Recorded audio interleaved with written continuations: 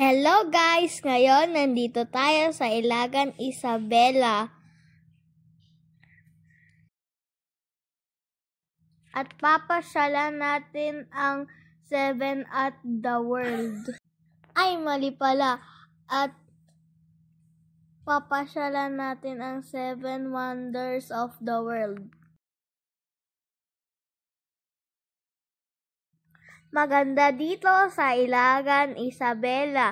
May makita kong mga flower and kahit ano basta maganda, parang farm ito. At meron pang sasakyan na parang ganyan. At ang ATV ay pwede mong rentahan sa 300 pesos ng 30 minutes. Kung gusto nyong magtipid, angkas na lang kayo. Ito naman ang fish pond sa likod ng bahay. Maraming isda. Pwede kang magpakain ng isang araw ng 3 beses para mabilis silang lumaki. Ang water lily ay para dun silungan ng mga isda. At ang tagal talaga ng video na to, wala na akong sasabihin. At ako pala si Queen, ang pinakamagandang pamangkin ng vlogger na ito, at subscribe and link nyo na po ito. Pag malaki na ito, pwede na itong ihawin at masarap ito. At may 3 fish pond sa likod. At pag malaki na, pwede na itong ibenta. Mahigit 10,000 ang laman ng fish pond na ito.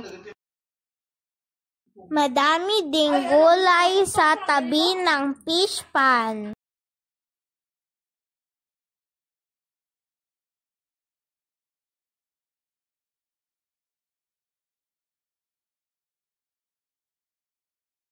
Ang tagal naman talaga ng video na ito, mauubos na ang sasabihin ko.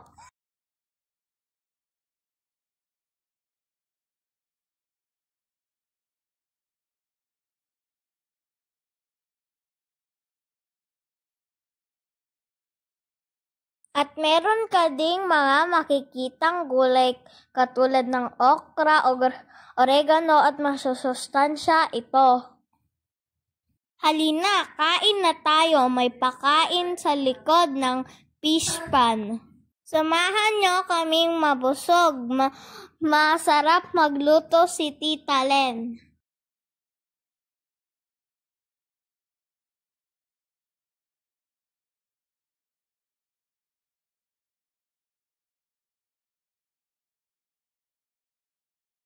Birthday pala ni Tita Benis ngayon, kasama ang mga pinsan ko.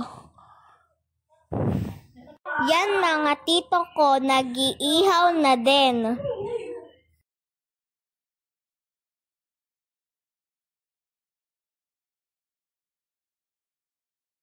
Wala na talaga akong masabi, kayo na lang ang magdugtong. Bye-bye na, next time ulit.